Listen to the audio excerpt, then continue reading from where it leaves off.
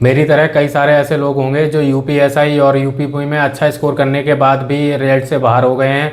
अब उनके सामने सबसे बड़ी दिक्कत है और सबसे बड़ी समस्या ये आ रही है कि अब वो किस एग्ज़ाम को टारगेट करें या फिर यूपीएसआई और यूपी कांस्टेबल का न्यू वैकेंसी आने का इंतजार करें, जिसकी अभी इतनी ज़्यादा कोई संभावना लग नहीं रही है। तो आज इस वीडियो में मैं आप लोगों को यही बताऊंगा कि अब हम किस एग्ज़ाम को टारगेट कर सकते हैं और कहां से हम एक गवर्नमेंट जॉब सिक्योर कर सकते हैं। तो नमस्कार दोस्तों, जैसे कि आप सब लोग भी यूपीएसआई और यूपीपी के बाद बहुत ज़्यादा परेशान हो गए कि अब समझ नहीं आ रहा है कि अब किस वैकेंसी को टारगेट किया जाए, किसको ना किया जाए, या फिर यूपीएसआई के और यूपी पुलिस कांस्टेबल के इंतजार में बैठा जाए।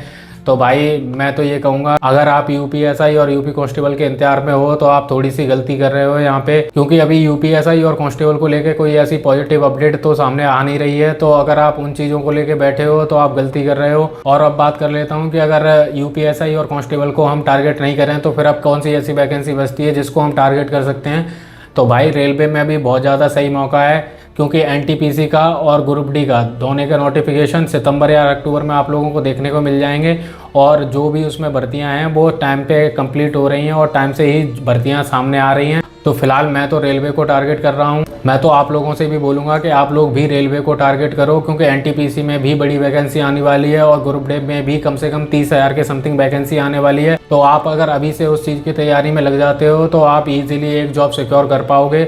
और मैं तो ये कहूँगा, यूपीएसआई और यूपी कांस्टेबल अगर नोटिफिकेशन आ जाता है तो आप देख लेना, क्योंकि ऐसा आपको कोई नुकसान तो होगा नहीं, क्योंकि जो सब्जेक्ट है मेन वो तो आपको पढ़ने ही होंगे, जिसमें रीजनिंग, मैथ और जीएस है वो तो आपको प्रॉपर पढ़नी होगी। अगर आप रेलवे को फोकस करके उनकी तैयारी शुरू कर देते हो तो आपकी कांस्टेबल की तैयारी हो ही जाएगी। एसआई का भी लगभग लगभग चीज़ें हो जाएंगी। एक दो सब्जेक्ट हैं जैसे कि मूल विधि हो गया, हिंदी हो गई, ये आपको एक्स्ट्रा पढ़नी होगी और वो इतना ज़्यादा मुश्किल नहीं है। उसे आप आराम से बाद में जैसे नोटिफिकेशन वगैरह आ जाए उसके बाद भी आप तैयार आराम से कर सकते हो। तो फिलहाल के लिए भाई मैं तो रेलवे को टारगेट कर रहा हूँ। और आप किस वैकेंसी को टारगेट करने की सोच रहे हो आप मुझे कमेंट बॉक्स में ज़रूर बताना।